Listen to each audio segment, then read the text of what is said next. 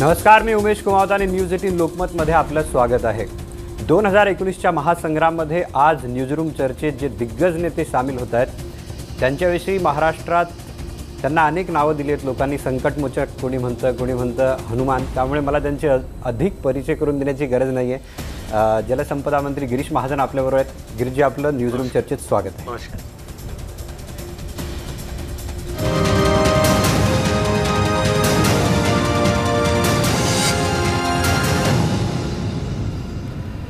गिरीजी, पहिला प्रश्न आमचा हा आहे की आम्ही तुम्हाला अनेक ठिकाणी बघितलं, अण्णांबरोबर चर्चा करताना बघितलं, शेतकऱ्यांबरोबर चर्चा करताना बघितलं, आदिवासींबरोबर चर्चा करताना बघितलं आणि आता आम्ही तुम्हाला मारामारी आणि तेही भाजपाच्या स्टेजवर करताना बघतो।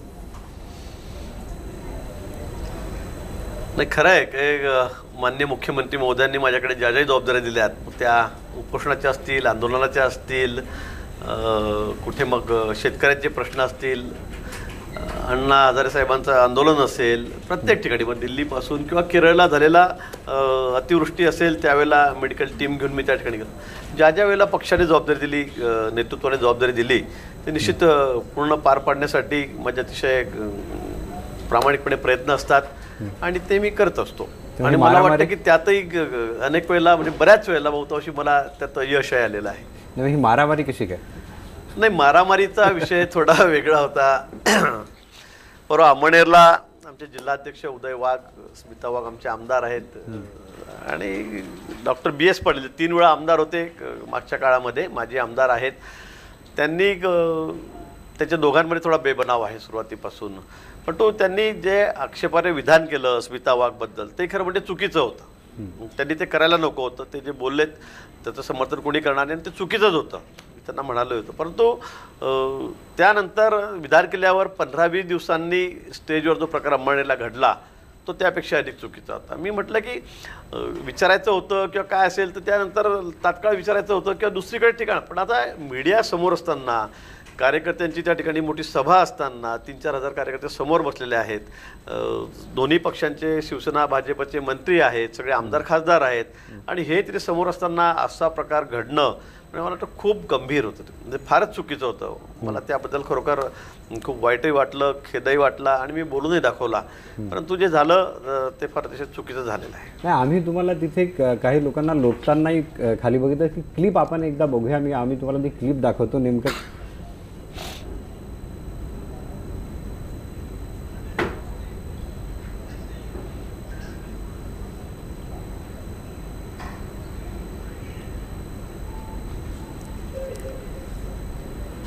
म्हणजे हे क्लिपमध्ये जे दिसतंय की तुम्हाला सुद्धा लोकांना लोटावं लागलं, तुम्हाला सुद्धा त्यांना खाली म्हणजे तुम्हालाही हात उगारावा लागला तिथं, असं वाटतं तुम्हाला? नाही, ते खरं आहे, कारण अचानक म्हणजे अनएक्सपेक्टेड होतं खरं म्हणजे। मी डॉक्टर BS पाटील ज्यांना मारत होते, उदय वाघ आमचे जिल्हाध्यक्ष, आम्ही एकाच गाडीमध्ये आलो। आम्ही एका कार्यकर्त्याकडे चहा घेतला आणि तिथून आम्ही सोबतच गाडीमध्ये आलो, त्यामुळे हा अतिशय अनएक्सपेक्टेड म्हणजे अनपेक्षित प्रकार होता। म्हणजे मलाही वाटलं नाही की असं अचानक काही होईल, पण तो समोर 5-50 तरुण घोषणा देत उठले आणि ते डायरेक्ट स्टेजजवळ आले आणि इथे समोर उदय वाघ डॉक्टरना मारायलाच भेटले।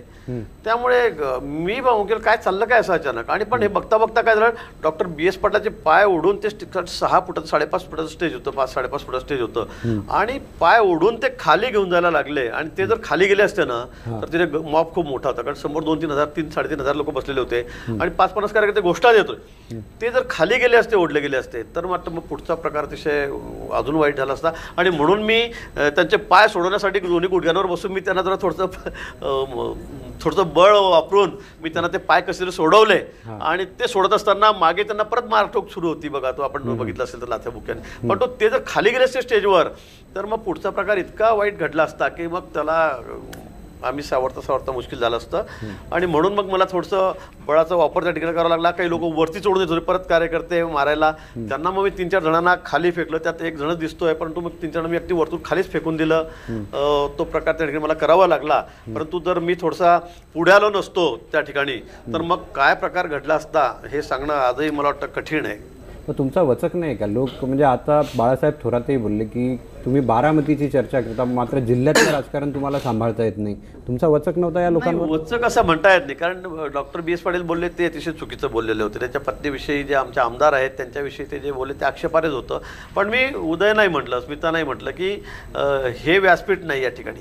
आता 15-20 दिवस झाले बोलून, तर आपल्याला त्यांना घरी जाऊन विचारता आलं असतं, त्यांना अजून दुसऱ्या ठिकाणी विचारता आलं असतं, त्यांना जाब विचारता आला असता. पण तो ज्या पद्धतीने हाणामारी सगळी आपण समोर केली, मीडियासमोर, लोकांसमोर, स्टेजवर, मला वाटतं ते अतिशय चुकीचं झालेलं आहे. त्यामुळे तर त्यांची उत्स्फूर्त असं त्यांना इतका राग होता मनातून किंवा माझ्या पत्नीविषयी असं कसं काय कोणी बोलू शकतं, कोणालाही वाटेल, साहजिक आहे.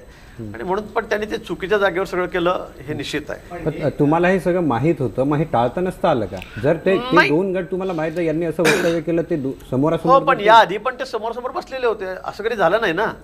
असं कधी झालं नाही. मग 20 दिवसांनी असं अचानक काय होईल असं मला वाटलंही नव्हतं ना. म्हणजे आधी ते भेटले नाहीत का, कार्यक्रमात नव्हते, असं झालं नाही. 20 दिवसामध्ये तसंही झालं. परंतु हे अचानक अंमळनेरमध्ये, त्यांच्या शहरामध्ये हे असं करतील हे थोडे ध्यानीमध्ये असतं तर मी त्याच्यावर आधी लगेच मलमपट्ट्याने करून टाकली असती, इलाज करून टाकला असता. परंतु हे खरं सांगतो मी, अतिशय ऑल ऑफ सडन अचानक असं घडलं. म्हणजे आम्ही एका गाडीमध्येच येतोय तिथे गप्पा करत, आणि हे असं व्हावं हे प्री प्लॅन्ड होतं. आता जे मी बघतोय त्यावरून मला असं वाटतं की ते प्रीप्लॅनच असेल. कारण ज्या पद्धतीने लगेच ते सगळे कार्यकर्ते उठले, याला खाली टाका, याला खाली हाकला, पाय ओढून लगेच सगळे ओढायला लागले त्यांना खाली. म्हणजे असं अचानक उत्स्फूर्त होत नाही. परंतु त्यांचा तो राग होता, हे जरी खरं असलं तरी पण ती जागा ती नव्हती. तुम्हाला चुकीचं झालं. कुणकुण नाही लागली की असं काहीतरी नाही, अजिबात नाही. मला थोडी कुणकुण लागली असती तर मग मी तर त्या बाबतीमध्ये मग इतका अलर्ट असतो की मग तिथे काही झालंच नसतं, याची कल्पना आपल्यालाही आहे. परंतु ते म्हणजे मी पहिल्यांदा असं मला जजमेंट चुकलं माझं सगळं, की माझ्या नजरेतून हे कसं काय चुकलं. म्हणजे कारण यामुळे काय झालं की विरोधकांना एक बोलण्याची संधी मिळाली. मी आपण अजितदादा यावर काय बोलले ते मी तुम्हाला दाखवतो. कारण विरोधकांना यामुळे एक संधी मिळाली आहे की भाजपवर हे करण्याची. 2 मंत्र्यांच्या समोर हे हाणामारी चालली होती, ठोसाठोशी चालली होती. त्याच्यात आमच्या मंत्र्यांनी पण हात धुवून घेतला, ते पण कोणाला ढकलायचं, कुठं काय करायचं.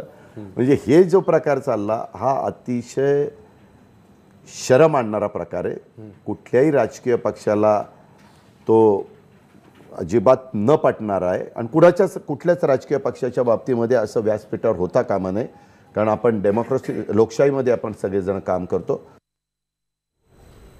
नाही, खरं आहे. म्हणजे दादा म्हणतात त्यात काही चुकीचं आहे की कोणत्याही पक्षामध्ये असो, हे की भाजपत झाला अशातला विषय नाही. आतापर्यंत आपण अनेक ठिकाणी बघितलं आहे, अनेक पक्षातही बघितलेलं आहे, हातापायवर लोक येतात. पण लोकांसमोर आपण एक कुठला आदर्श निर्माण करतो आहोत हे खरं आहे. म्हणजे त्याचं मी समर्थन करणार नाही की दादा काही चुकीचं म्हणताय, मी असं म्हणणार नाही. ते म्हणताय ते खरंच आहे. परंतु कुठल्याही पक्षात का असो ना, पण असं आपण आमदार आहोत, लोकप्रतिनिधी आहोत.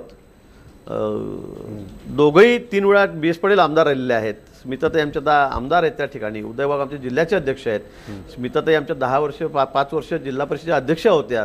आणि इतक्या जबाबदार लोकांनी असं वागणं हे कुणालाही न पटणार आहे. ते आम्हालाही पटलं नाही. त्यांनी ज्यावेळेस ते वक्तव्य केलं होतं त्यावेळेस का कारवाई नाही झाली त्यांच्यावर? कुणावर? बी एस पाटलांवर नाही. त्यांना समज दिली होती, मी बोललेलो होतो, त्यांना सांगितलं होतं की हे वागणं बरोबर नाही म्हणून. परंतु त्याचा राग उदय वाघांच्या आणि त्यांच्या डोक्यामध्ये निश्चित होता. खरं म्हणजे ते जे बोललेत ते अतिशय चुकीचं बोललेले आहेत. खरं असं कोणी बोलताच कामा नाही. तुम्ही 3 टर्म तिथे आमदार आहात, 15 वर्ष झाले आमदार आहात, होतं माजी आमदार आहात, आणि तुम्ही एवढं सिनियर आहात, तुम्ही आता 70 क्रॉस केलेली आहे. आणि अशा पद्धतीने पुढे महिलेबद्दल असं बोलणं मला वाटतं हे कोणालाही पटणारं नाही आहे. त्याचं समर्थन अजिबात आम्ही करत नाही. परंतु दुसरी जी घटना झाली, ज्या पद्धतीने त्यांना त्या ठिकाणी स्टेजवर सगळ्या लोकांसमोर, मीडियासमोर वाटप झाली, याचंही समर्थन त्या ठिकाणी कोणी करू शकत. आपण राज्याचं नेतृत्व करता, कितीतरी जिल्ह्यात जेव्हा जेव्हा कुठेतरी संकटात सापडते बीजेपी तिथे नेमकं जातं. आणि तुमच्या जिल्ह्यात तुम्हाला उमेदवार नाही सापडत, त्यांना तुम्हाला तिकीट कापावं लागतं, एकाचं दुसऱ्याला द्यावं लागतं नंतर. नाही, सापडत नाही असं नाही. आमच्याकडे तर इतक्या मारामाऱ्या तिकिटाच्या की ते कोणाला द्यावं हेच आम्हाला समजत नाही मुळामध्ये. मग त्यांचं तिकीट आणि म्हणून त्यामुळे अडचण आली नाही. आम्ही स्मिता वाघ यांना तिकीट अगदी एकमताने दिलेलं होतं, त्याच्यामध्ये कुठे कोणाच्या मनात हे नव्हतं. आम्ही नाव आमची चर्चा आली की म्हटलं ठीक आहे त्यांना द्यायचं ठरलं. आम्ही एका मग म्हणजे दुसरं नावाचे ऑप्शनही नव्हतं त्या ठिकाणी, मी आपल्याला सांगितलं. का परंतु नंतर असं लक्षात आलं 4-5 दिवसामध्ये जे सर्वे आहेत, इंटेलिजन्सचे रिपोर्ट आहेत, जे आम्ही सर्वे केले त्यात असं किंवा 5 वर्ष जिल्हा परिषद अध्यक्ष, नंतर आता आमदार, नंतर आमच्या जिल्ह्याचे अध्यक्ष, त्यामुळे अँटी इन्कम्बन्सी आणि काही गोष्टी अशा थोड्याशा सगळ्या चर्चेत जाणवल्या लोकांच्या याच्या बोलण्यामध्ये. किंवा मला असं वाटलं की थोडं तिकीट देताना जजमेंट चुकलं किंवा थोडंसं याच्यामध्ये धोका होऊ शकतो किंवा कमी जास्त मताधिक्य किंवा असं काही होऊ शकतं. आणि आम्हाला रिस्क कुठलीच घ्यायची नाही. खरं म्हणजे 8 जागा मला उत्तर महाराष्ट्रातून द्यायच्या आहेत. मुख्यमंत्री महोदय आमचे अध्यक्षही म्हणले की बाबा तुम्ही एकदा बघून घ्या, कारण सगळे रिपोर्ट वरती इंटेलिजन्स त्या ठिकाणी गेलेले होते की थोडं काही सांगता येत नाही. आमच्या जे आम्ही सगळ्या ज्यांच्याकडून आम्ही सर्वे केलात कंपनीचं म्हणतं की साहेब खूप गडबड दिसते. आणि मग ऐन वेळेवर म्हणजे खरं ती वेळ पण नव्हती निर्णय घ्यायची. आणि मग शेवटच्या दिवशी आम्ही वरती दिल्लीला रात्री जवळपास उशिरा बोललो आणि त्यांनी आम्हाला मग मान्यता दिली की तो तुमचा प्रश्न आहे, बघा काय करता येईल. तर तुम्हाला विश्वासात घेण्यात आलं होतं का? आम्हाला असं ऐकण्यात आलं की तिथे तिकीट देताना तुम्हाला विश्वासात नाही घेण्यात आलं? नाही नाही, असं कुठेही नाही. अगदी एकमताने आमचा निर्णय झाला. असं कुठेही नाही आहे. नवीन आता काहीतरी तुम्ही आक्षेप करू नका, तसं अजिबात नाही आहे. मी पण त्याला अगदी एका शब्दामध्ये संमती दिली होती, म्हटलं काही हरकत नाही. पण तो नंतर मग असं वाटलं की आता आम्हाला एक जागा महत्त्वाची आहे, अतिशय महत्त्वाची. आणि उत्तर महाराष्ट्रात मी तर सांगितलं की 8 जागा मी निवडून देऊ, ती जबाबदारी माझ्याकडे. आणि त्यामुळे मग कुठली रिस्क आम्हाला घ्यायची नव्हती, धोका पत्करायचा नव्हता. आणि म्हणून मग स्मिताताई जसे आमदार आहेतच, अजून त्यांचे 1.5-2 वर्ष राहिलेले आहेत आमदारकीचे, त्यामुळे मग काही अडचण नाही. आणि म्हणून मग आम्ही त्यांना काढून त्या ठिकाणी उन्मेष पाटील आमचे जे नवीन आमदार आहेत त्यांना त्या ठिकाणी तिकीट दिलं आहे. आत्ता तुम्ही खेद व्यक्त केलात मारामारीच्या घटनेचा. तुम्ही म्हणालात तिकीट देताना मारामाऱ्या खूप होत्या. अनेक वेगवेगळ्या पक्षातले जे जिंकून येण्याची स्पर्धा होती आमच्याकडे. तुम्ही एकूणच तिकीट देताना मारामारी नाही झाल्या, स्पर्धा होती आमच्याकडे. मागणारे खूप नाही, तुमचाच शब्द होता पण ठीक आहे. तो शब्दशः घेऊ नका. एकूणच भाजपची संस्कृती बदलते का आता? ज्या पद्धतीनं निवडून येण्याची क्षमता असणारे कुठल्याही पक्षातले असू द्या त्यांना तुम्ही घेताय, मारामाऱ्या होत आहेत, तिकिटासाठी ऐनवेळी निर्णय बदलावे लागतात. ते जे शिस्तबद्ध पक्ष म्हणून आत्तापर्यंत होता ते एकूण भाजपची संस्कृती बदलू लागली ह्या सगळ्या नव्या बदलत्या वातावरणात? नाही, तिकीट बदललं म्हणजे संस्कृती बदलते आहे असं समजण्याचं कारण नाही, किंवा नवीन लोक घेत आहे म्हणून संस्कृती बदलते असं समजण्याचं कारण नाही. बघा, आम्ही एकेकाळी किती छोटा पक्ष होता, आज एवढा मोठा झाला आहे की पूर्वी असं होतं काँग्रेसच्या विरोधामध्ये सगळे पक्ष लढायचे. किती 50 वर्ष आपण बघितलं असेल, एकटा काँग्रेसचा होता, बाकी सगळे पक्ष एकत्र व्हायचे. आज अशी परिस्थिती आली आहे की भाजप एकटा आहे आणि सगळे पक्ष 57 पक्ष 56 पक्ष सगळे काँग्रेससहित त्या ठिकाणी एकत्र होत आहेत. आणि मग ज्यावेळेला पक्षाची वाढ होते त्यावेळेला नवीन लोक पक्षामध्ये येत असतात. आता आपण धुळ्याचं उदाहरण घ्या. आम्ही 15 वर्ष 3 नगरसेवकांच्यावरती तर कधीच झालो नाही ना. आता आपण तिथे 50वर गेलो, 62 जागा आम्ही लढल्या, त्यापैकी 50 झालोत. जळगावला आम्ही 12-14च्या वर कधीच गेलो नाही, तिथे आम्ही 74 पैकी 57 गेलो, म्हणजे 80-85% जागा आम्ही त्या ठिकाणी घेतल्यात. नाशिकचं तेच झालं. म्हणजे शेवटी पक्ष वाढत असताना, त्याची वाढ होत असताना हे नैसर्गिक आहे की लोक येत राहतात, वाढत राहील. आणि आता आम्ही म्हटलं की आम्ही जुने जेवढे 30-40 वर्षापासून तेवढेच पक्षामध्ये राहू, कोणालाच घेणार नाही. आणि शेवटी हे बेरजेचं गणित असतं.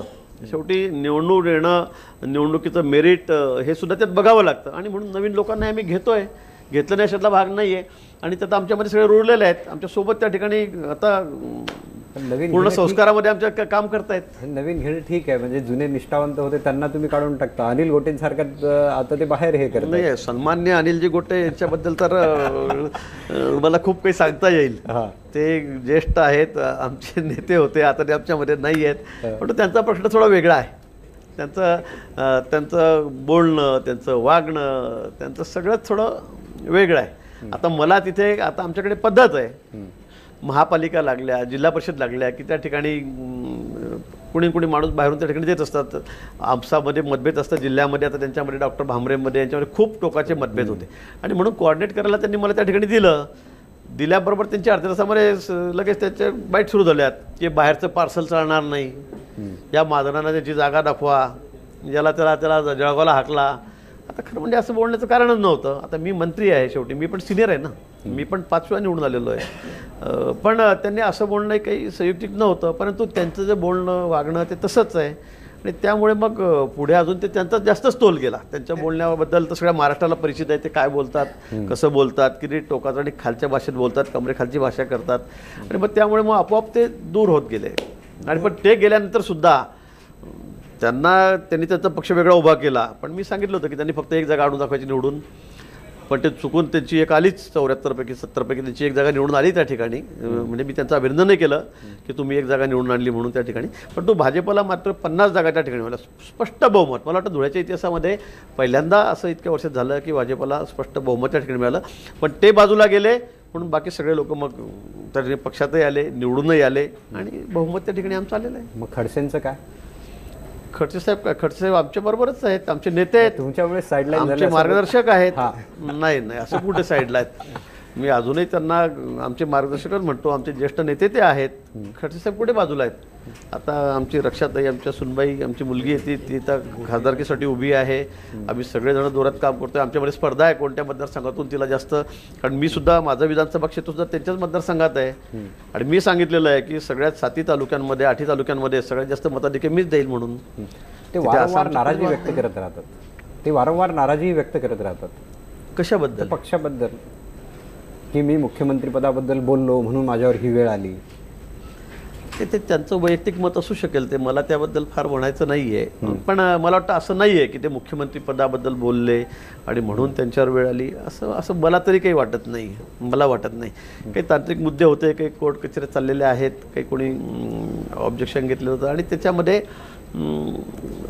पण आता मला वाटतं ते लवकर क्लिअर होईल. कोर्टामध्ये चाललेलं आहे सध्या, निकाल लागेल लवकर आणि मला वाटतं तेही त्यातून मुक्त होतील. तुमचं म्हणणं आहे की भोसरीमुळे सगळं, त्यामुळे ते हे झाले? हां, म्हणजे काही गोष्टी आहेत त्या सगळ्यात समोरच आहेत की त्या झाल्यात टेक्निकली चुका, पण मला वाटतं त्यातून आता त्यांना क्लिअरन्स मिळतो आहे आणि पुढे मागे तेही पण त्यातून बाहेर येतील.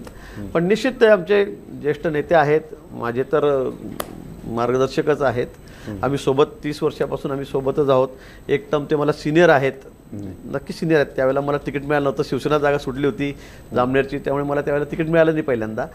पण नंतर लगेच 5 वर्षांनी मला तिकीट मिळालं आणि मी सलग 5 टर्म झाले तिथे आमदार आहेत. खडसे साहेब पण 6 टर्म असते, जी 6वी टर्म आहेत. ते सिनियर आहेत. मला संधी उशिरा मिळाली असं तुम्हाला वाटतं? नाही नाही, अजिबात नाही. मी सांगितलं की ते त्यांच्या मागे मागेच आम्ही आहोत खडसे साहेबांच्या, असं कुठेही संधी वगैरे मिळाली. एक फक्त प्रश्न आता गोटेंचं नाव निघालं होतं. गोटेंनी 2 दिवसापूर्वी अतिशय गंभीर आरोप केला होता की मुख्यमंत्र्यांच्या जवळ पर्सेंटेज गोळा करणारी माणसं वाढलेली आहेत, त्यामुळे पक्षाचं नुकसान होते. मी सांगितलं की गोटेंचं मी तर काही सिरियस घेत नाही, गंभीर घेत नाही. कारण त्यांचं बोलणं, त्यांची वाचाळ भाषा, त्यांचे आरोप, मला वाटतं त्यांनी इतके घाणघाण आरोप केले धुळ्याच्या त्या महापालिकेमध्ये, विशेष करून डॉक्टर भामरेंवर इतके केले आणि त्याचं फळ त्यांना मिळालं. आता अजून हे तर काहीच नाही, हा फार छोटा आरोप आहे त्यांचा. आता पुढे पुढे अजून ते काय आरोप करतील काहीच कोणी सांगू शकत नाही. पण महाराष्ट्रातल्या सगळ्या जनतेला माहीत आहे मुख्यमंत्री काय आहेत, काय कोण त्यांच्या आजूबाजूला आहेत, कोण काय जमा करतं नाही करतं. मला वाटतं याच्याबद्दल पूर्ण पारदर्शकता आहे. लोकांना मुख्यमंत्री महाराष्ट्राचे देवेंद्रजी काय आहेत याची कल्पना आहे. त्यांच्या सर्टिफिकेटची गरज नाही. मी त्यांना पुन्हा हेच सांगेल की तुम्ही काय बोलायचं रे बोला, काय करायचं रे करा. फक्त मी त्यांना चॅलेंज मात्र यावेळेला असंच केलेलं आहे की त्यांनी फक्त डिपॉझिट वाचून दाखवावी त्यांची, म्हणजे मग त्यांनी खूप कमवले असं मी म्हणेल. गिरीजी, आपल्याशी ही चर्चा, न्यूजरूम चर्चा अशी सुरू राहील. वेळ गिरीजी, प्रश्न हा आहे की तुम्हाला आता सगळे इनकमिंग मास्टर असं बोलतात, म्हणजे जेवढे भाजपात येतात, पण आरोप हा लागतो की त्यासाठी तुम्ही साम दाम दंडभेद सगळं वापरता. नाही, कुठे सामदाम दंडभेद? आता सुजय विखे पाटलांना पार्टीमध्ये घेताना कुठलं सामदाम दंडभेद, त्यांना तर कुठलेच गडी त्याला लागू होत नाही. आता रणजितसिंग मोहिते पाटील आलेत, त्यांच्यासाठी कुठलं सामदाम दंडभेद होतं? रणजितसिंग आलेत निंबाळकर, त्यांच्यासाठी कुठे? आता परवा काँग्रेस यांनी सोडली सत्तारांनी, त्यांचंही अनेक बातम्या एवढ्या उठवल्या गेल्यात. पण मला वाटतं आता तसं कुठे काही नाही. आता खरं म्हणजे ही मोठमोठी घराणी आहेत की गेल्या अनेक वर्षापासून त्यांचे 3-3 पिढ्या, मोहिते पाटांच्या शंकररावांपासून, दादांपासून, आता रणजितसिंगांपर्यंत, इकडे पण बाळासाहेबांपासून. आणि पण आता लोक खरं म्हणजे काँग्रेस राष्ट्रवादीला कंटाळलेले आहेत, त्यांच्या नेतृत्वाला कंटाळलेले आहेत, त्यांच्या सगळ्या दादागिरीला कंटाळलेले आहेत आणि म्हणून आता ते पक्ष सोडत आहेत. आम्ही एक निमित्त आहोत. की बा तुमच्यामुळे होतं, याच्यामुळे होत आहेत. ते ठीक आहे, ते येत आहेत, भेटत आहेत. आणि मला प्रत्येक वेळेला तुमच्याकडे का जातात, तर मी सांगितलं किंवा वर्षाच्या आधी माझं घर लागतं आणि मग ते माझ्याकडे चहा पाणी घेतात, नाश्ता का आम्ही करतो, चर्चा करतो आणि मग ते तिकडे पुढे जातात. एवढंच आहे. माझं घर अलीकडे असल्यामुळे मला वाटतं ते माझ्यापर्यंत येतात आणि जातात. एवढंच त्यातला भाग आहे. सत्तार येतात तुमच्याकडे. आता तुम्ही सत्तारांचं नाव घेतलं, नाही, सत्तारा येऊन गेले ना, आपण बघितलं, आपण दुसरा करतो. माझ्याकडे आले, प्रवेश कधी? वर्षावरही गेलेत. ते प्रवेश करणार की नाही ह्या सांगणार, पण त्यांनी काँग्रेस सोडलेली आहे. त्यांनी सांगितलं की मी आता काँग्रेसमध्ये जाणार नाही, काँग्रेसच्या बाजूने कधीच उभा राहणार नाही, हे त्यांनी सांगितलेलं आहे. आता तो पुढचा प्रश्न आहे, अजून ते त्यांचं काय काय नाही होणार, काय नाही, पण त्यांचा तो निर्णय अजून झालेला नाही. परंतु काँग्रेस त्यांनी सोडलेली आहे. त्यामुळे काँग्रेस, राष्ट्रवादीला लोक आता फार राहायला उत्सुक नाहीत. मोठमोठी घराणी आहेत, मोठमोठी नावं आहेत की ते आता अजिबात त्यांना आता कुठे, आणि त्यांना भविष्याची चाहूल लागलेली आहे की पुढे भविष्य काय आहे, आता काँग्रेसमध्ये काय, आता पुढे नेतृत्व काय, कुठे लोकांचा विश्वास आहे आज काँग्रेसवर. राष्ट्रवादीचं अगदी घराण्याशी 4 लोकांमध्ये आताही 4-5 तिकीट झाले होते, पण त्यांना काय थोडंसं देवाने मी म्हणाल बुद्धी दिली की त्यामुळे मग त्यांनी ते 2 जण मागे झाले की ठीक आहे बघ, घरातले 4-5 घेऊ नका वाटून तिकीट. आणि म्हणून त्यातही खरं म्हणजे पवार साहेबांनी उभंच राहायचं होतं यावेळेला, कारण त्यांची इच्छा होती आधीपासून सुरुवातीपर्यंत की बाबा एकदा पंतप्रधान व्हावं म्हणून. पण ते सुद्धा विचार त्यातून मागे आलेत नातवाच्या आग्रहामुळे. खरं त्यांच्यावर अन्यायच आहे हा. तुम्ही बोललात की सामदाम दंडभेद नाही. आमच्याकडे अजितदादा आले होते, त्यांनी आरोप लावला की सुजय विखे जे आहेत ते कारवाईच्या भीतीने भारतीय जनता पक्षात गेले.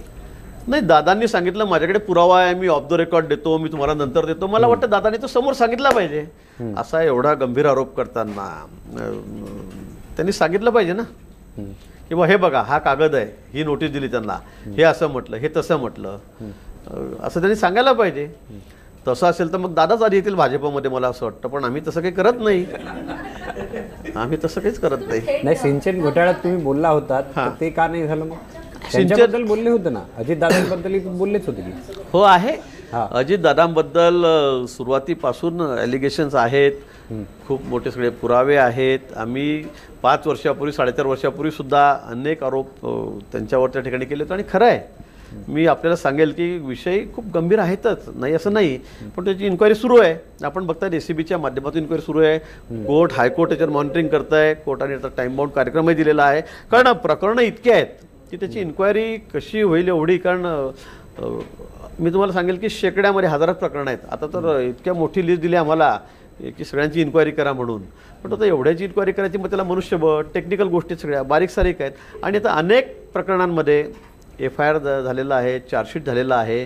काही ठिकाणी नेत्यांची पण नावं त्याच्यामध्ये येत आहेत, अनेक ठिकाणी ठेकेदार, अनेक ठिकाणी आमचे सगळे अधिकारी हे सुद्धा जेलमध्ये गेलेत. आणि मला वाटतं की आता हळूहळू त्याची सुरुवात सुरू झालेली आहे. लोकसभेनंतर होईल, त्याच्या आधी होईल, नंतरही होईल, काही सांगता येत नाही. परंतु याच्यामध्ये आमचा कुठलाही हस्तक्षेप नाही आहे. तसं असताना आतापर्यंत खूप धावपळ यांची सगळ्यांची झाली असती. पण आम्ही कुठलाही शासनाचा, माननीय मुख्यमंत्र्यांचा हस्तक्षेप त्याच्यामध्ये नाही आहे. पण एक गोष्ट मी निश्चित सांगेल की गेल्या काळामध्ये किती गोंधळ होता एकाच गोष्टीनं आपल्या लक्षात येईल. आता आम्ही जी टेंडर काढली, तर मी पण हजारो कोटी रुपयाची टेंडर काढली आहेत. म्हणजे जी जुनी आहेत तीच काढावी लागली, काही कॅन्सल करावी लागली, इन्क्वायरीमध्ये ती काढली. आम्ही जी टेंडर काढली त्यात जवळपास 95-96 टेंडर अशी आहे, टक्के पर्सेंटेज, म्हणजे 100 टेंडर काढले असतील तर 96-95 टेंडर अशी आहेत की ती बिलो गेलेली आहेत. 10% बिलो, 5%, 20%, 25%. 15 वर्षातला तुम्ही सगळा इतिहास बघा.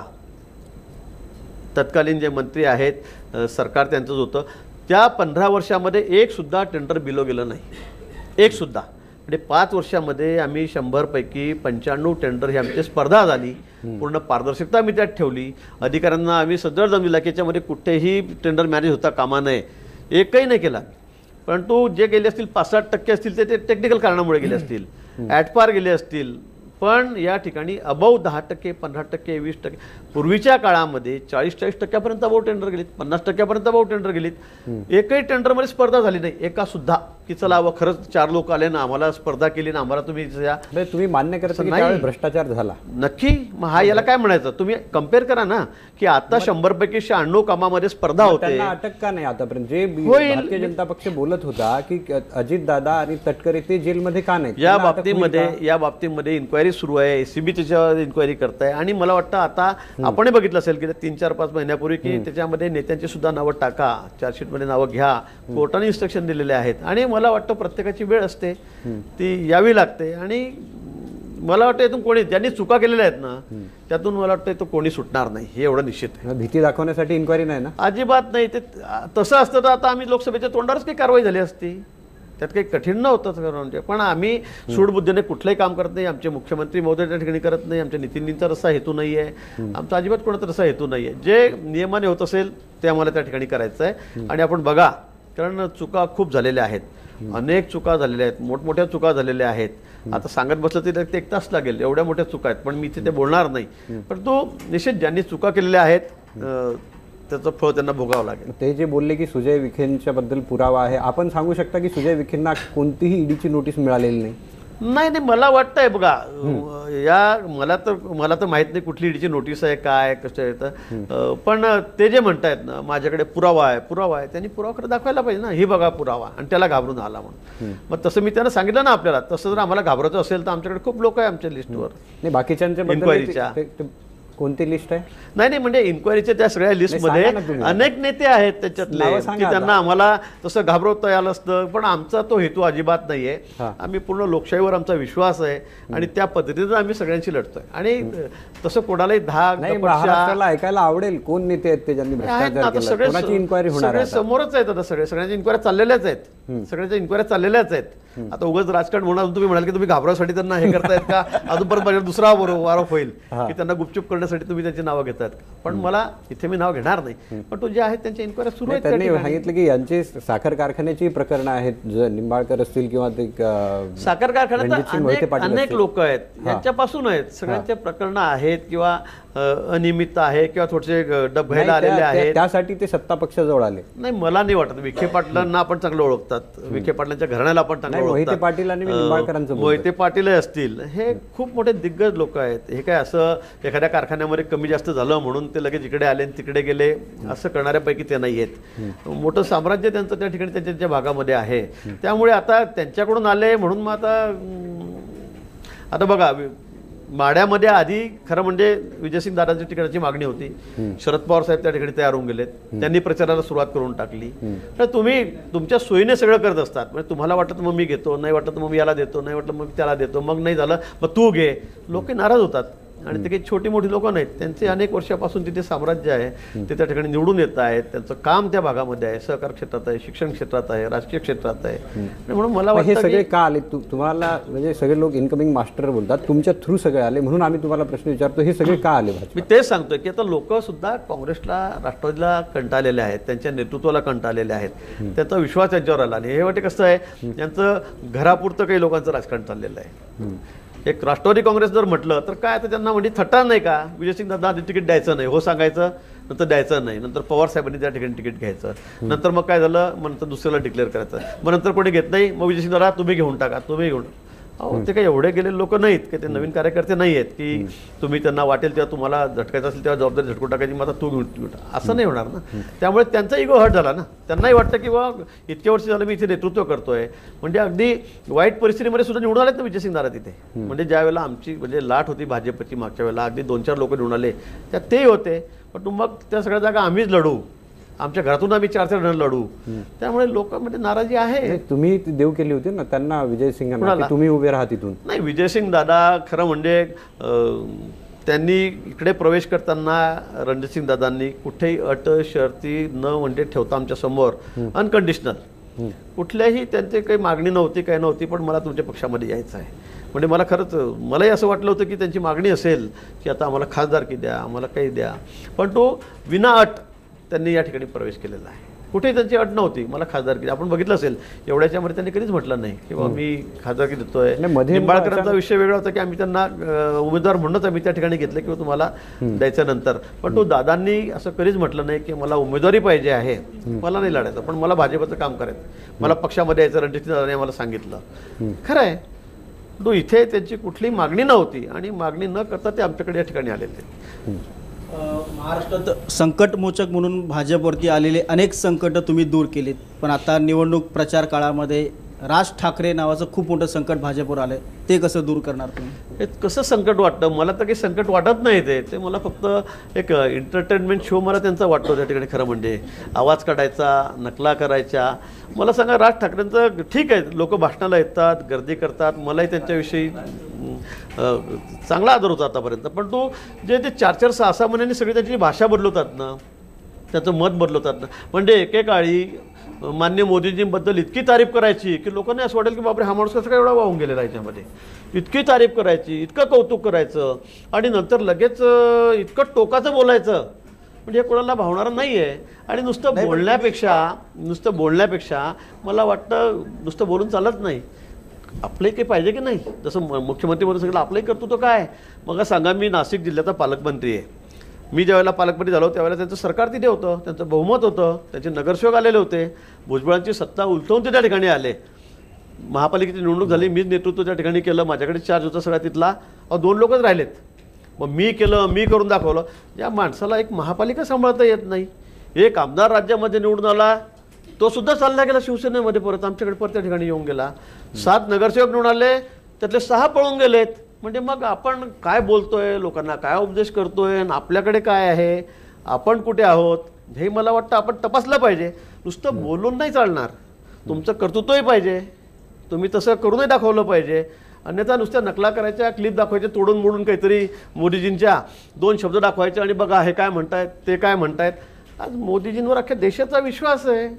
आमचे 18-19 राज्यामध्ये आमचे मुख्यमंत्री आहेत, आणि तुमचा एक आमदार नाही इथे, एक खासदार नाही. आणि मग असं करायपेक्षा दुसरे याचे त्याचे सुपाऱ्या घ्यापेक्षा आपण आपल्या 1-2 माणसं उभे करा ना, निवडून आणून दाखवा एखाद्या मतदारसंघातून. ते तर काही होत नाही.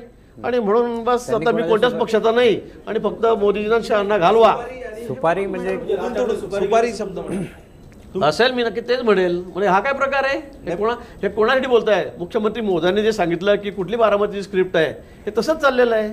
फक्त मोदीजींना नमिशांना घालवा. आणि म्हणजे आतापर्यंत जे माननीय पवारसाहेबांबरोबर बोलायचे, माननीय राहुल गांधीचे इतकं नकला करायचे, इतकं टोकाचं बोलायचे, इतकं मोदींचं कौतुक करायचे, ते एकदम आता दूर झालं. म्हणजे त्यांना इतकं साक्षात्कार कसा काय झाला एवढा की नाही हे म्हणजे सगळे एकदम बोगस नंबर 1 6 महिन्यामध्ये कसं काय झालं असं, इतकं कसं काय बदललं सगळं चित्र. आतापर्यंत देशाबद्दल, मोदीजींबद्दल, त्यांच्या राष्ट्रीयत्वाबद्दल इतकं ते बोलत होते, आणि अचानक 6-8 महिन्यामध्ये इतकी टोकाची भूमिका त्यांनी घ्यावी. मला वाटतं, मला खरं त्यांच्याविषयी खूप आदर होता. म्हणजे सुपाऱ्या घेतात तसंच झालेलं आहे. हा विषय तसाच आहे मला असं वाटतं. कारण आता हे क्लिअर दिसतंय, राष्ट्रवादी काँग्रेसचीच भाषा ते बोलतायत. राहुल गांधीमध्ये त्यांना असं काय वाटलं की पूर्ण समर्थ देश ते पेलू शकतील, ते बोलत नाहीये, पण इंटेन्शन काय आहे, इनडायरेक्टली तेच आहे. तसंच चाललेलं आहे. सर, तुम्ही हिरसालचं त्यांनी सांगितलं, याचं उत्तर आपण घेऊया. आता ब्रेकची वेळ झाली, ब्रेक नंतर याचं आपण उत्तर घेऊ की राज ठाकरेंनी जो मुलगा उभा केला होता ॲड मधला, त्याच्याबद्दल काय तुमचं उत्तर आहे. वेळ झाली एका ब्रेकची, ब्रेक नंतर पुन्हा परत येतो.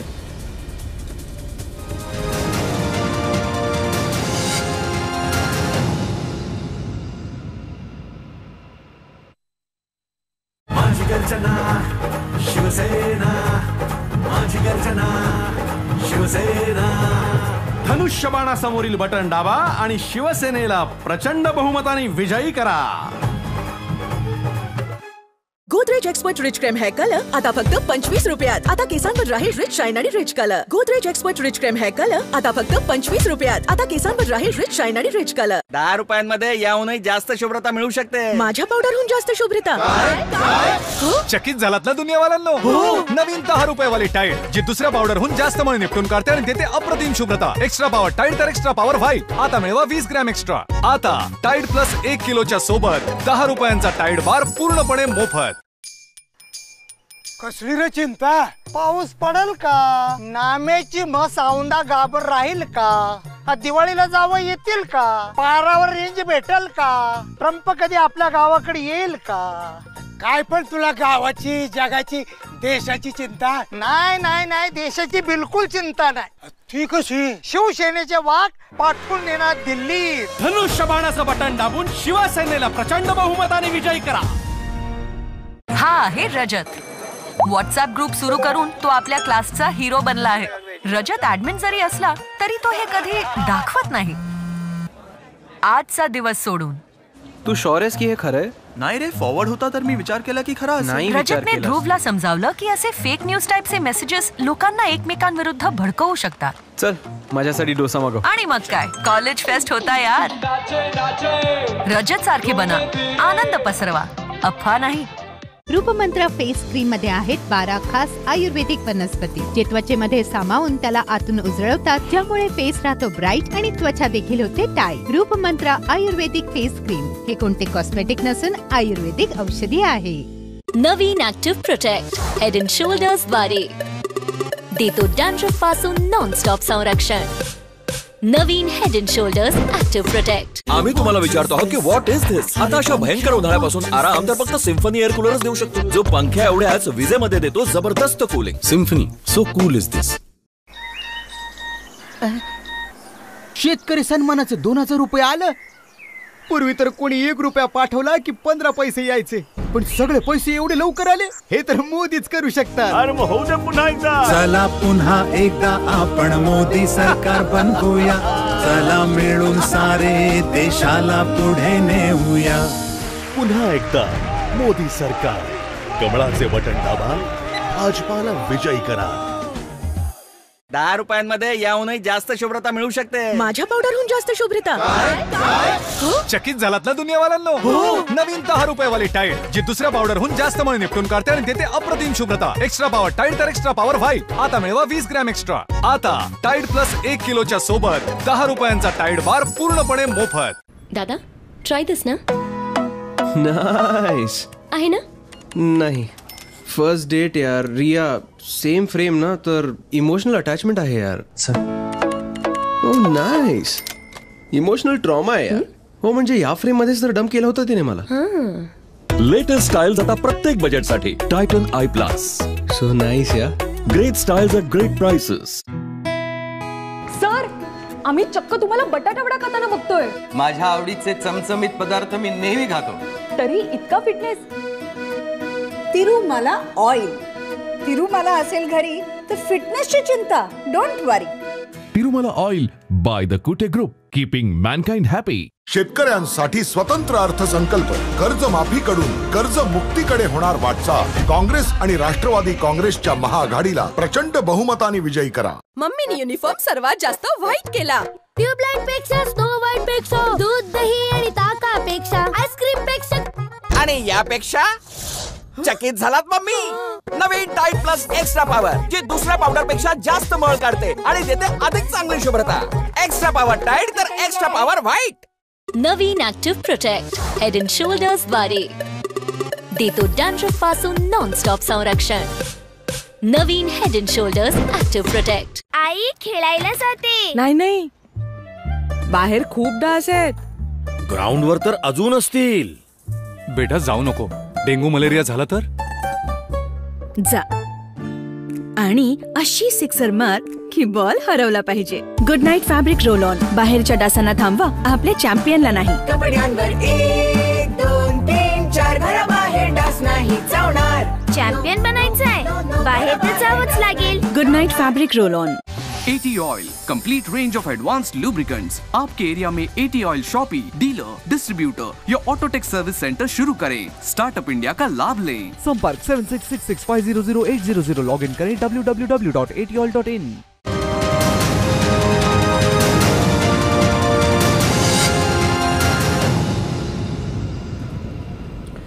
ब्रेकनंतर न्यूजरूम चर्चेत सगळ्यांचं पुन्हा एकदा स्वागत आहे. गिरीशजी, याच्या अगोदर आपण राज ठाकरेंविषयी बोलत होतो. राज ठाकरे आजकाल सप्रमाण क्लिप दाखवतात की कसं अगोदर मोदी बोलत होते, आता कसं बोलतात. याचं उत्तर काय तुमच्याकडे? नाही, क्लिप एक 30 सेकंदाची 15 सेकंदाची क्लिप दाखवायची आणि त्याच्यावर मग यांनी विश्लेषण करायचं. मला वाटतं हे काही योग्य नाही आहे. मला वाटतं मोदीजी कधी असं वेगळं बोलतात आणि त्यांचं कर्तृत्व वेगळं आहे असं कधी होत नाही. ते जे बोलतात तेच करतात. त्यामुळे मला वाटतं की नुसतं लोकांची दिशाभूल करायची, कुठेतरी 30 सेकंदाची क्लिप दाखवायची आणि नंतर आता तुम्ही तेच बघा. मला मी तुम्हाला उदाहरण देईल ते नारपारच्या बाबतीमध्ये. ते परवापासून सांगतात आपलं पाणी गुजरातला चाललं, आपलं पाणी गुजरातला चाललं. आता नारपारविषयी मला खरं माझं असं म्हणणं आहे की राज ठाकरे साहेबांनी थोडासा अभ्यास केलेला आहे का? त्यांना पाणी कुठून जाणार, कुठे येणार काय माहिती आहे का? खरं म्हणजे काहीच नाही.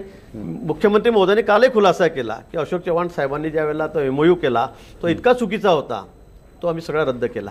म्हणजे खरं 15 वर्षांनी पुन्हा आम्ही ही फाईल काढली नारपारची नदी जोडची, जे अटलजींचं स्वप्न होतं.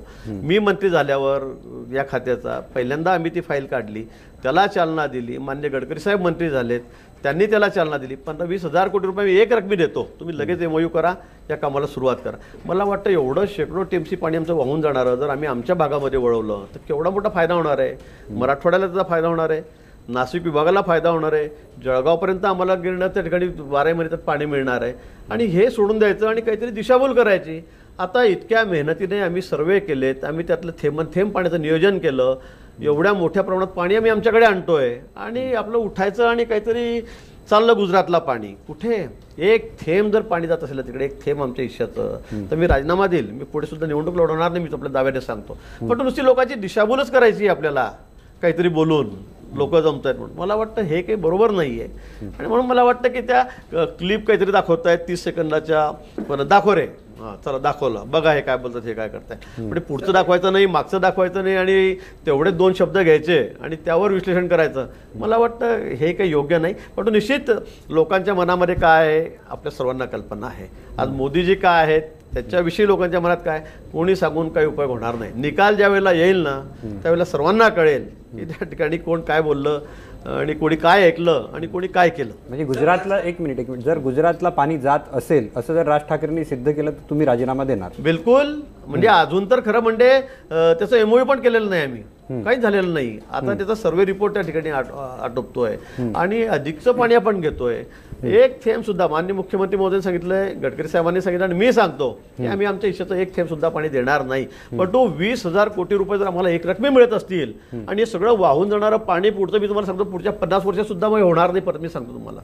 म्हणजे दुर्दैवाने काही झालं.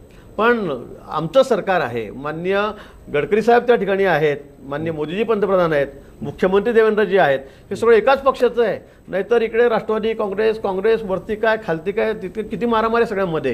ही सगळी आता एका लाईनीमध्ये आम्ही सगळे आहोत आणि म्हणून 20,000 कोटी रुपये देऊन हे सगळं रिव्हर लिंकिंग करायचं, हे सगळं समुद्रात पाहून जाणारं पाणी हे पुन्हा आपल्याला नाशिकला घ्यायचं आहे, आपल्याला विदर्भात घ्यायचं आहे, उत्तर महाराष्ट्रात घ्यायचं आहे. मला वाटतं हे सर्व नशिबाचे भाग आहे की हे सगळं घडून आलेलं आहे. मला वाटतं व्हायला पाहिजे, ते व्हायचं दिलं सोडून आणि काहीतरी आपल्याला काही बोलायचं, इकडे पाणी चाललं तिकडे पाणी चाललं त्यांनी देऊन टाकलं. मला वाटतं अतिशय चुकीचं आहे. आम्ही माननीय शरद पवार साहेबांना सुद्धा याचं प्रेझेंटेशन दिलं होतं, आपण बघितलं असेल विधानसभा सुरू असताना, आणि त्यांनी अप्रिशिएट केलं की नाही हे बरोबर आहे, हे लवकर झालं पाहिजे, नाही तर आपल्याला काय मिळणार आहे म्हणून. माननीय पवार साहेबांनी सुद्धा त्या ठिकाणी त्यांनी मान्य केलं की तुमचं अतिशय योग्य चाललेलं आहे आणि त्यांनी सुद्धा सर्टिफिकेट केलेलं आहे.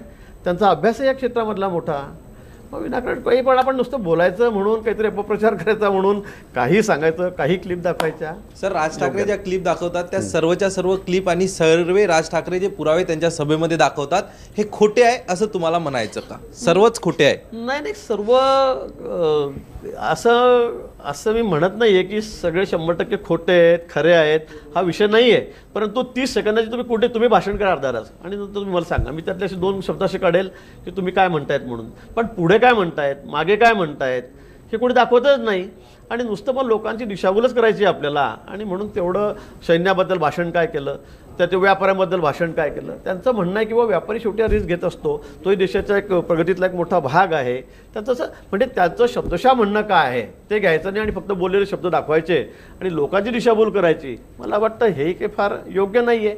पण तो लोक सगळ्या गोष्टी ओळखून आहेत, लोकांना सर्व माहित आहे मोदीजी काय आहेत काय नाही म्हणून. त्याचे परिणाम आपल्याला दिसतील. कदाचित हेच की राज ठाकरे हाच कदाचित प्रयत्न करत असतात. जसं तुमचं म्हणणं आहे की 100% काही खोटं आहे असं नाही, असंही तुम्ही म्हणाल. त्याच्यामुळे कुठे ना कुठेतरी त्यांच्या वक्तव्यामुळे किंवा त्यांच्या ज्या काही सभा होत आहेत, मग त्यांनी सुपारी घेतली असो किंवा काय, पण यामुळे तुम्हाला कुठे ना कुठे तोटा होणार आहे आणि त्याची तुम्हाला दखल घ्यावी लागते. नाही, मला नाही वाटत तोटा होतोय म्हणून.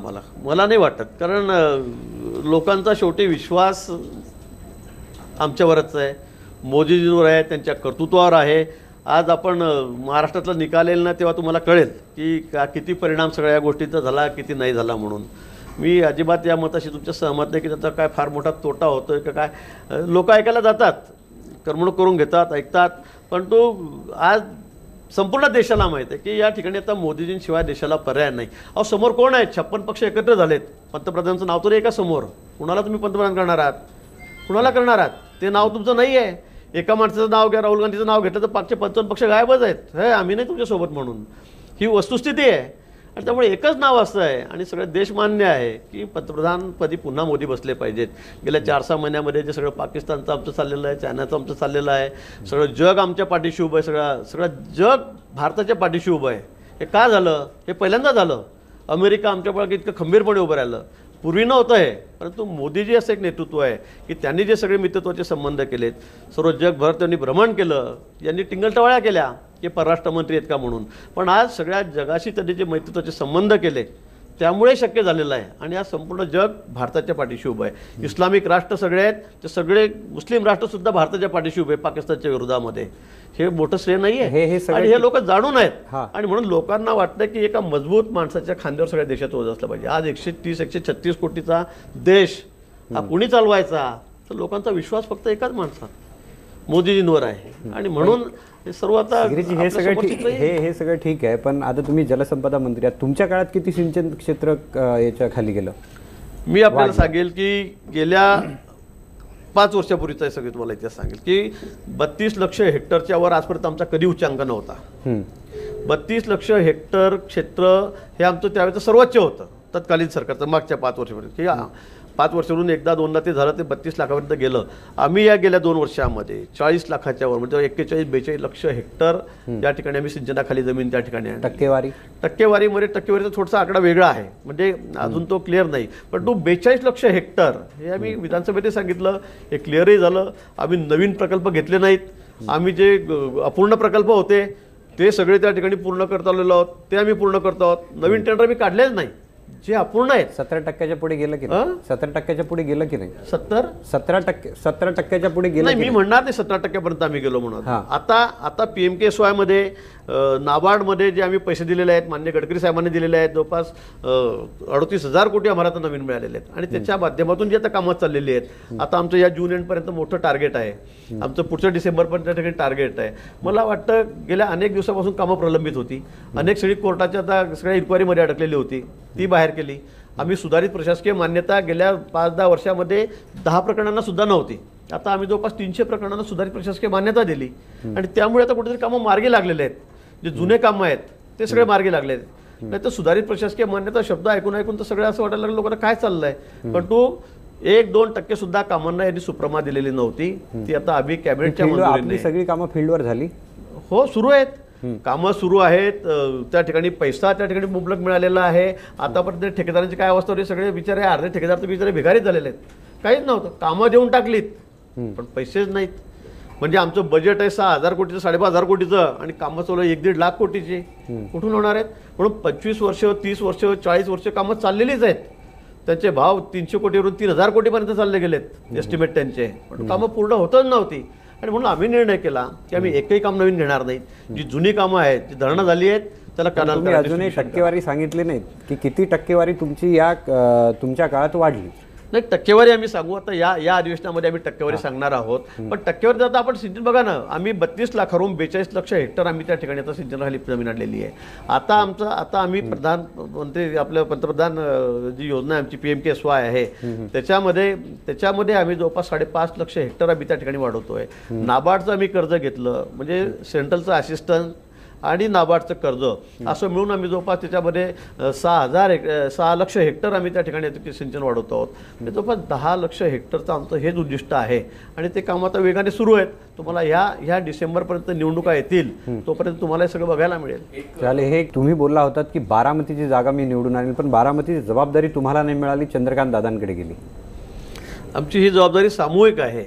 म्हणजे आता तुम्ही म्हणाल की उत्तर महाराष्ट्रामध्ये फक्त तुम्ही जबाबदार, नाही, दादा पण त्या ठिकाणी आहेत. काल दादा जळगावमध्ये आलेत, त्यांनी दोन्ही मतदारसंघामध्ये सभा घेतल्यात.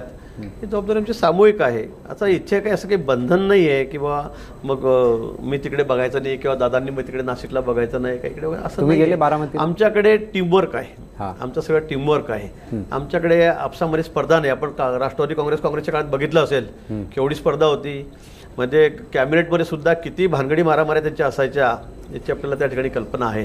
त्यामुळे आमचे आता मी एवढे मुख्य सचिव बघितले सिनियर, ते म्हणतात की आम्ही पहिल्यांदा असं बघतोय की इतका खेळीमेळीचं वातावरण तुमच्या मंत्रिमंडळामध्ये आहे. कुठे तुमच्यामध्ये वाद नाही, स्पर्धा नाही, ईर्ष्या नाही, असं कधीच झालं नाही 5 वर्षामध्ये. मी आपल्याला दाव्याने सांगेल.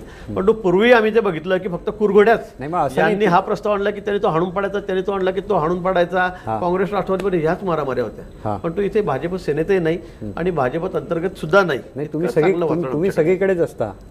तुम्ही सगळीकडेच असता. म्हणजे समजा ते आदिवासीचं अण्णांचं आंदोलन असेल, शेतकऱ्यांचं आंदोलन असेल, कोणाचं फोडाफोडीचं हे असेल, महानगरपालिका असतील, म्हणजे वर जसं मोदी शहा आहेत तसं फडणवीस आणि महाजन असं आहे इथे.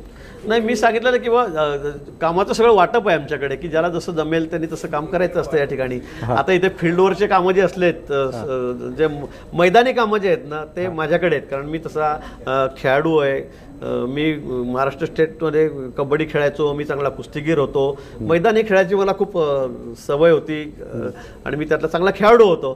त्यामुळे पर्यायाने पुढे सुद्धा ही सगळी जी मैदानी कामं आहेत, मोर्चे आले जा सामोरं, आंदोलन आहेत जा सामोरं, कुठे अतिवृष्टी झाली केरळला जा, केरळला 100 डॉक्टरांना त्या ठिकाणी घेऊन. आणि म्हणून मला मुख्यमंत्र्यांचे हनुमान बोलतात लोक तुम्हाला. नाही, आता ते तुम्ही सगळे मीडियाने मला सगळ्या उपमा दिलेल्या आहेत. कोणी हनुमान, कोणी संकटमोचक, कोणी सुपरमॅन म्हणतंय. पण तो तसं नाही आहे. शेवटी ही आमची प्रत्येकाची जबाबदारी आहे. तिकडून एक शब्द आला डेप्टी सीएम. काय नाही, आमच्याकडे हे पद पुढेच नाही आहे आणि तसं काहीच नाही आहे. मी माझ्याकडे जे खातं आहे त्याच्यावर अतिशय खुश आहे. आपल्याला बघितलं असेल की गेले 2 वर्ष आणि यावर्षीसुद्धा देशामधलं पहिलं पारितोषिक, पहिलं प्राईज आता आपल्याला महाराष्ट्राला या ठिकाणी मिळालेलं आहे. आपण 2-3 मागच्या स्पर्धेतले राज्य होते त्यांना मागे टाकून यावर्षीसुद्धा गेल्या महिन्यामध्येच मी दिल्लीला गेलो होतो ते अवॉर्ड घ्यायला. मागच्या वर्षी ते आपल्याला मिळालेलं आहे. माझ्याकडे वैद्यकीय शिक्षण खातं आहे. त्या खात्यामध्ये सुद्धा अतिशय चांगलं काम, वेगवेगळ्या ठिकाणी कॅम्प घेऊन लाखो लोकांना तपासून त्यांच्यावर शस्त्रक्रिया करून खूप चांगलं काम याही खात्यामध्ये त्या ठिकाणी चाललं. त्यामुळे मला पुढे काही जबाबदारी जास्त देऊ नका की जेणेकरून माझं या कामावरचं कॉन्सन्ट्रेशन कमी होईल. मला इकडेच कॉन्सन्ट्रेशन करू द्या तुम्ही. महाजन साहेब, तुमचं आरोग्याचं काम सर्वांनाच माहिती, म्हणजे तुमच्या मतदारसंघात आहे. पण तुमच्यावर एक आणखीन एक आरोप होतो की तुम्ही स्टंटबाजी खूप करता. म्हणजे पिस्तूलगिरी असेल किंवा ते वाघाच्या मागे पिस्तूल घेऊन पळणं असेल किंवा लेझिम खेळणं, ढोल बडवणं, याचं तुम्ही स्पष्टीकरण कसं काय? मी तेच सांगितलं की मी ओरिजिनल खेळाडू आहे, मी चांगला कुस्तीगीर आहे, पैलवान माणूस आहे. मी आजही रोज व्यायाम करतो. मला तुम्ही आता मॅरेथॉन धावायला सांगा, मी 10-15 किलोमीटर लगेच ट्रॅक घातला, बूट घातला की मी लगेच पळायला जातो. दररोज मी 1.25 तास व्यायाम करतो. त्यामुळे हे मुद्दाम मी काही करतोय किंवा वाघाच्या मागे तर अगदी अतिशय योगायोग होता. म्हणजे मी त्या ठिकाणी चाळीसगावला तर वाघाने त्या याने बिबट्या होता तो त्यांनी 8-9 लोकांना त्या दिवशी म्हणजे मारून खाल्लेलं होतं. मी 2-3 दिवस सतत त्याच्या लोकांच्या सोबत होतो, फॉरेस्टच्या यांच्या मारून आलेल्या. आणि योगायोग झाला. मी त्या दिवशी त्या बाईला खाल्लं, तिच्या घरी बसलेलो होतो आणि तिथे समोरच तो पॅथर त्या ठिकाणी आला. आता मग करणार काय? आता समजा समोरच वाघ आला आणि लोक सगळे सेरवेर पळताय, तो माझा स्वभाव तसा नाही की मी पण गाडीत घुसून बसून जाईल किंवा घरात दरवाजा बंद करून बसून जाईल. मी आधीच सांगितलं की मी स्पोर्ट्समन आहे, पैलवान माणूस आहे तसा. आणि म्हणून मग माझ्याजवळ ते स्वसंरक्षणाचं रिव्हॉल्वर होतं. मी ते काढलो आणि त्याच्या मागे थोडं पळालो. तुम्ही नेहमी ठेवता रिव्हॉल्वर? हो, रिव्हॉल्वर माझ्याकडे नेहमी असतं. मी आधीच सांगितलेलं आहे. नाही, आता इथे नाही आहे माझ्याकडे. मी आता गाडीत ठेवलेलं आहे. पण माझ्याकडे नेहमी असतं कारण ते सेल्फ प्रोटेक्शनसाठी दिलेलं आहे. मी कधी मला योगाला चालवण्यात असं काही झालं नाही. पहिल्यांदाच ते बिबट्या निघाला म्हणून मी त्याच्या मागे पळालो की बाबा हा अजून कोणाला अटॅक करेल, 2-3 लोक जखमी करेल किंवा खाईल. आणि म्हणून मी एक सेल्फ प्रोटेक्शन म्हणून मी त्याच्या मागे पळालो, खरं आहे. परंतु त्याचा अर्थ तर मी इतका वेगळा घेतला की मग खूप त्याच्यावर स्टोऱ्या झाल्यात, खूप त्याच्यावर गोष्टी झाल्यात. पण तो तसा माझा कुठलाही स्वभाव नाही. परंतु ही जी जबाबदारी माझ्याकडे येते त्याचं कारण हेच आहे की मी खरंच ओरिजिनल स्पोर्ट्समन आहे. मी मैदानावरचा आहे, अजूनही रोज व्यायाम करतो, फिटनेस माझा त्या ठिकाणी आहे. त्यामुळे मुख्यमंत्री मला फील्डवरची कामं असली की माझ्याकडे ती देतात. पण बाकी जे मंत्री आहेत त्यांच्याकडे त्यांच्या योग्य त्यांना ती कामं आहेत, ती तेवढीच महत्त्वाची आहेत. चंद्रकांत दादा असतील, सुधीर भाऊ असतील, पंकजाताई आहेत, आमच्याकडे अनेक लोक आहेत, चंद्रकांत बावनकुळे आहेत. टीमवर्क तुमच्याकडे आहे. पण जसं आता म्हणालात की मीडियाने उपमा दिल्यात, पण राजकारण्यांनी सुद्धा तुम्हाला एक उपमा दिली आहे किंग मेकरची. आणि ही आता पोटनिवडणुकीमध्ये सुद्धा दिसून आली. एकतर पोटनिवडणुकीमध्ये भाजपचा पराजय आपल्याला पाहायला मिळाला, पण पालघर तुमच्या ताब्यात होतं आणि तिथे तुम्ही विजय मिळवून आणला पोटनिवडणुकीमध्ये. कुठल्या याला? पालघरसाठी. पालघर गावितांची पालघरला खरं आहे, मी 22 दिवस पालघरमध्ये होतो. पण मग ती सीट आता सेनेकडे का गेली? मग जर तुम्ही किंग मेकर होतात, ती सीट निवडून आणली, तर मग ती सीट ती सेनेकडे राजकीय तडजोड त्याला म्हणतात ना. आम्ही आमचं त्याच्यातला जो भाग होता. खरं म्हणजे 30 वर्ष झाले पालघरची जागा आमच्याकडेच होती. वनगाजी त्या ठिकाणी निवडून येत होते. ते गेल्यानंतर त्यांचा मुलगा शिवसेनेने आमच्याकडून पळवलाच बी म्हणेल. आता काही हरकत नाही, आता आमच्या दोघांमध्ये चांगले संबंध आहेत. त्यामुळे त्यांनी त्यांचा मुलगा पळवला आणि त्यांना उभं केलं. त्यांना असं वाटलं सहानुभूतीची लाट होईल, याला सगळे निवडून देतील आणि नॅचरल असतं. एखाद्या वेळेला सिटिंग खासदार आमदार असला ते वारले की मग त्याच्या कुटुंबियांना नेहमी लोक थोडं झुकतं माप देतात. परंतु ते तिथे फसलेत.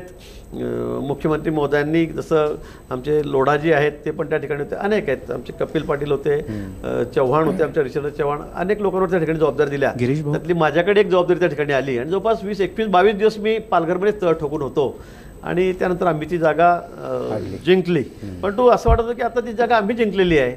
आतापर्यंत सेनेकडे कधीच नव्हती, ती आमच्याकडेच राहावी असा आमचा आग्रह होता. पण तो सगळ्या तडजोडीमध्ये तह झाला आणि शेवटी शिवसेनेची जागा आमच्याकडून घेतली. आणि आता ते घेतल्यावर मग तो कॅन्डिडेट होता वनगांचा मुलगा, तो नाही म्हणून गेला की बाबा मी उभा राहत नाही. आणि सगळं जनमत चाचणी झाल्यावर त्यांच्याही लक्षात आलं की ही जागा निवडून येणार नाही. मग आमचा उमेदवार पुन्हा जे सिटिंग खासदार आहेत गावीत, त्यांनी त्या ठिकाणी घेतलं आणि त्यांना तिकीट दिलेलं आहे. गिरीश भाऊ, चिन्ह त्यांचं आहे ना. मध्ये एक वर्षावरती शिवसेना भाजपच्या सगळ्या आमदारांची एक बैठक झाली. त्यात उद्धव ठाकरेंनी असं म्हटलं की भाजपचा एकच माणूस मला पाहिजे, तो म्हणजे गिरीश महाजन. तर काय असं तुम्ही म्हणजे पक्षात तर प्रभाव आहे, राज्यात पण प्रभाव आहे, पण थेट पक्षाचा एक प्रमुख तुम्हाला मागून घेण्याची भाषा करतो. खरं म्हणजे मलाही आश्चर्य वाटलं आणि खरं उद्धवजींचं मोठं पण आहे, म्हणजे स्पोर्ट्समनशिप आपण ज्याला म्हणतो ती खरं ती मला त्या ठिकाणी बघायला मिळाली. असं कोणी म्हणत नाही सहजासहजी. आणि त्याचा इतके दिवस आम्ही इतक्या विरोधामध्ये इतकं असताना, आणि विरोधात म्हणजे मी फार बोललो नाही शिवसेनेविरोधात, पण जे मी कामातून दाखवलं म्हणजे धुळ्यामध्ये त्यांची मोठी संख्या होती ती आम्ही ताब्यात घेतली. महापालिका जळगावची सतत सुरेदारांच्या माध्यमातून दादा तिथे शिवसेनेत आहेत, ती त्यांच्याकडेच होती महापालिका. तिथे सुद्धा आम्ही एकदम 57वर गेलो, त्यांना आम्ही 14वरच त्या ठिकाणी आणलं. नाशिकलाही तीच परिस्थिती केली. धुळ्याला सुद्धा शिवसेनेचा फक्त एकच उमेदवार त्या, जसा गोटेंचा आला तसा एकच त्या ठिकाणी 18मधून त्यांचा त्या ठिकाणी राहिला. आणि नगरला तर 14 आमचे होते आणि 24-25 शिवसेनेचे होते. त्यांनाही वाटत होतं की आपला नगराध्यक्ष त्या ठिकाणी होईल, परंतु तिथे सुद्धा आम्ही त्यांच्यावर मात केली. पण तो असं असताना की या माणसाने आपल्याला 4 ठिकाणी हरवलेलं आहे आणि पालघरला सुद्धा यांनी आपल्या विरोधात खूप काम केलेलं आहे. असं असताना उद्धवजींनी असं बोलावं, खरं म्हणजे त्याचं मोठं पण आहे. स्पोर्ट्समनशिप आपण जी म्हणतो, खिलाडी वृत्ती, ती त्यातून दिसून आली आहे. पण तो आता तुम्ही म्हणालात की आमचं टीमवर्क आहे, पण आता भाजपमध्ये जर आपण गेल्या 20-25 वर्ष किंवा सुरुवातीपासून जर पाहिलं तर एक कोर टीम ही संकल्पना आहे. कोर टीममध्ये 7-8 सदस्य असतात. या सर्वांचं मत घेतलं जातं आणि त्यानंतर निर्णय होतात. पण गेले काही जर 2-1 वर्ष आपण पाहिलं तर कोर टीम बाजूला पडताना आपल्याला दिसते. मुख्यमंत्री असतील, त्याचबरोबर चंद्रकांत दादा असेल, गिरीश महाजन असतील, हे 3 लोक आणि बाकी कोर टीम, याच्याऐवजी फक्त तिघांवर विश्वास आणि ते निर्णय समोर येताना दिसतात. त्यामुळे इतर लोक नाराज होण्याचं प्रमाण देखील वाढलं. नाही, असं नाही. आमच्याकडे सगळे निर्णय अगदी ठरल्याप्रमाणेच होत असतात, नियमाप्रमाणेच होत असतात. अगदी दिल्लीपासून अगदी आमच्या खालपर्यंत तालुका पातळीपर्यंत ही सिस्टीम आहे आणि त्या सिस्टीममध्येच आमची कामं होतात. असं कधी होत नाही. आमची जी कोर टीम आहे त्याची वेळोवेळी बैठक होत असते, त्यातच निर्णय होत असतात आणि तेच अंमलातसुद्धा येत असतात. त्यामुळे असं समजायचं कारण नाही किंवा चंद्रकांत दादा आहेत, मुख्यमंत्री महोदय आहेत किंवा अजून कोणी आहेत तेच निर्णय करतायत. मला वाटतं असं आमच्यामध्ये कुठेही तसा गैरसमजही कोणामध्ये नाही आहे. सर, एक ह्याला जोडून प्रश्न आहे. इतके वर्ष म्हणजे भाजपकडे बघितलं तर घराणेशाहीकडे न म्हणजे झुकणारं माप भाजपचं असायचं, पण आता जे इन्कमिंग सुरू आहे हे सगळे घराणेशाहीतूनच येत आहेत. याबद्दल तुम्हाला काय वाटतं? म्हणजे एकंदरीत यामुळे जे कार्यकारी आहेत ते नाराज होणार नाही का? नाही, ते तिकडची घराणेशाही. आमच्याकडचे कुठे, आमच्याकडे नवीन आहेत ते अजून. आमच्याकडे कुठे घराणेशाही? पण ते घराणेशाहीतूनच आलेत ना. घराणेशाही कशाला म्हणतात? राष्ट्रवादी काँग्रेस, बरोबर. आता तिथे कसं सगळे पवार म्हणजे पवारच, 4-4 तिकीट आपणच वाटून घ्यायचे. पक्षावर नेतृत्व आपलंच, अध्यक्ष आमचाच, काँग्रेस पक्ष. देशावर नेतृत्व कोणाचं? तर फक्त गांधींचंच. मग अगदी इंदिरा गांधी असं असेल, राजीव गांधी असतील, तर मग सोनिया गांधी असतील, संजय गांधी असतील, आता प्रियंका गांधी आहेत, आता राहुल गांधी आहेत. याला घराणेशाही म्हणतात. आमच्याकडे तसं नाही आहे. आमच्याकडे अटलजी आले, नंतर मोदीजी आलेत. असं कुठे अपेक्षित नव्हतं. आता इथे देवेंद्रजी आमच्याकडे, यांचं कुठे घराणेशाही आहे? पण तुम्ही कुठे म्हणताय घराणेशाही आहेत? आमची कुठे घराणेशाही आहे? आमचं कोणीच नाही. काँग्रेस एनसीपीच्या घराणेशाहीला त्या लोकांना लोक कंटाळलीत, पण काँग्रेस एनसीपी मध्ये जे घराणे होते, जे राजकर्ते होते, तेच तुमच्याकडे येत आहेत. मग परस्पर विरोधी ते सांगितलं ते आमच्याकडे आता नवीन आहेत. आता त्यांचं 20 पिढी आमच्याकडे सुरू झालेली आहे. ती सगळी लिगसी घेऊन येत आहेत तुमच्याकडे, ती सगळी लिगसी घेऊन येत आहेत घराणेशाहीची, तिथलं राजकीय ताकद घेऊन येत आहेत. मग तुमच्याकडे आलं तर ते परस्पर विरोधी तुमचं मी आपल्याला सांगितलं घराणे कशाला म्हणतात की 4-4, 5-5 पिढ्या तुम्ही एकच चालवता, तुम्हीच पक्षावर सगळे अध्यक्ष म्हणून बसलेला आहात. जसं गांधी घराणं असेल, पवार घराणं असेल, आता असे अनेक लोक आहेत की ते 10 वेळा निवडून येत आहेत, 10 वेळा निवडून येत आहेत. आता आपले ज्येष्ठ सदस्य आमचे देशमुख साहेब 8 वेळा झाले ते निवडून येत आहेत. असे आहेत. आणि असे काही घराणे आहेत की त्यांच्यानंतर त्यांच्याशिवाय पर्याय नाहीत. आहेत काही ठिकाणी असे की कारण त्यांचं कामच तेवढं आहे. सहकार क्षेत्रात असेल, शिक्षण क्षेत्रात असेल, राजकीय क्षेत्रात, सामाजिक क्षेत्रात, मला वाटतं त्यांना कोणी नाकारू शकत नाही. हे आहेत. पण घराणेशाही आम्ही कशी म्हणतोय की मग आता राष्ट्रवादी काँग्रेस आहे, आमचाच पक्ष आहे, आम्हीच मालक आहे, आमच्या मुलाबाळांशिवाय आता पुढे कोणी नेतृत्व घेणार नाहीत, याला आम्ही घराणेशाही म्हणतो. तसं आमच्याकडे अजिबात नाही आहे. फिटनेसचा मुद्दा खरं तर निघतो जेव्हा जेव्हा फिटनेसबद्दल खरं तर बोललं जातं, तुमचं नाव अग्रणी असतं खरं तर. त्यामुळे अंमळनेरमध्ये जो राडा झाला, हाणामारी झाली, तिथे तुम्हाला हा फिटनेस कामी आला का? निश्चित. खरं म्हणजे तिथे मंत्री होते, अनेक आमदार होते, खासदार होते, पण कोणीतरी भानगडीवर पडलं नाही. आपण बघितलं असेल सगळेजण एकदम मागे निघून गेले की बाबा नको, कारण इतके सगळे तरुण 5-50 अंगावर आलेले आहेत, हाणामारी सुरू आहे. पण अशा वेळेला समयसूचकता लागते आणि थोडं हातापाय थोडंसं ताकद दम असला तर ते शक्य होतं. अन्यथा सर्वसामान्य माणूस या गोष्टीपासून दूर राहतो, घाबरतो. पण तो व्यायामामुळे मी निश्चित सांगेल आपला एक आत्मविश्वास जो आहे तो आपल्यामध्ये वाढलेला असतो. आपल्या अंगात जर असं वाटतं आपल्याला की नाही आपण 4 लोकांना रोखू शकतो, थांबवू शकतो, तर मग माणूस हे करू शकतो. आणि निश्चित मी दररोज व्यायाम करतो, मी दररोज वेट ट्रेनिंग खूप करतो, वजन उचलतो, मी पळतो, धावतो, सूर्यनमस्कार घालतो. आणि त्यामुळे सुरुवातीपासून मी सांगितलं की लहानपणापासून मला कुस्तीची सवय, तालमीत जाण्याची सवय, आणि त्याचा फायदा निश्चित त्याही ठिकाणी म्हणजे तुम्ही जे म्हणता की तुम्ही सगळं बेधडक कुठेही मोर्चामध्ये जातात, 10,000 लोकांच्या समोर जातात, त्याच्यावर रात्रभर चालतात. परवा प्रतिभाताई शिंदेचा मोर्चाला मी रात्री तिथे 2 तास जाऊन बसून गेलो मैदानावर. बोला ताई काय म्हणणं आहे? असं कोणी सहजाशी करत नाही की कुठले मंत्री आले आणि रात्री जाऊन बसले, संध्याकाळी जाऊन लोकांमध्ये जाऊन बसले, कारण लोक संतप्त असतात, त्यांच्या मागण्या तेवढ्याच, त्याची जी ग्रॅव्हिटी तेवढीच असते.